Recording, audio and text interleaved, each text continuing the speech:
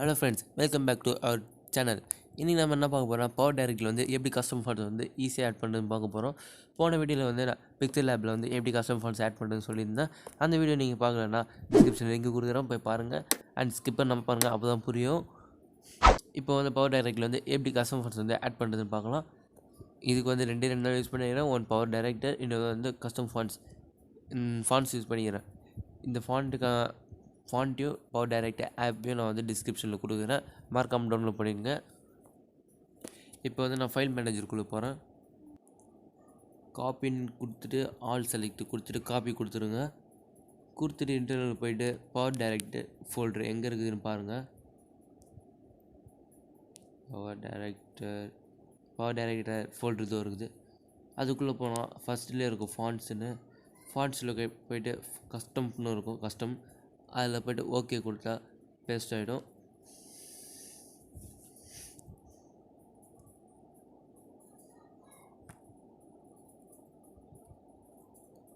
Fonts வந்து paste ஆகிட்டு இருக்குது, நான் ஸ்கிப் பண்ணிடுறேன்.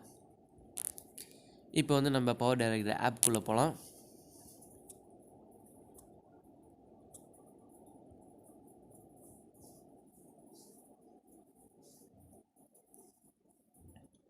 இப்போ உங்களுக்கு காமிக்கிறதோ நான் சும்மா ஓப்பன் பண்ணிக்கிறேன்.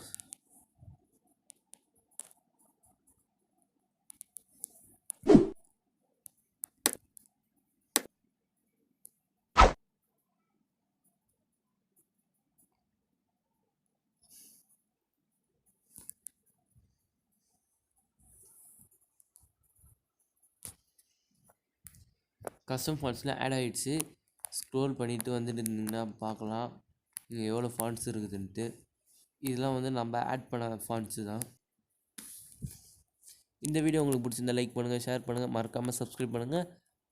அப்புறம் பக்கத்தில் இருக்கிற பெல் ஐக்கானை ப்ரெஸ் பண்ணுங்கள். அப்போ தான் நாங்கள் போடுற அடுத்த வீடியோவோட நோட்டிஃபிகேஷன் உங்களுக்கு வரும். அடுத்த வீடியோ வந்து நான் வந்து KineMasterல எப்படி கஸ்டம் ஃபாண்ட்ஸை ஆட் பண்ணுறதுன்னு பண்ணலான்னு இருக்கிறேன். உங்களோட கருத்து என்னதுன்னு நீங்கள் கமெண்ட் பண்ணுங்கள். அப்போ தான் எனக்கு தெரியும், அப்போ தான் அடுத்த வீடியோ போட முடியும். ஸ்டே டியூன்ட், அடுத்த வீடியோவில் பார்க்கலாம் ஃப்ரெண்ட்ஸ்.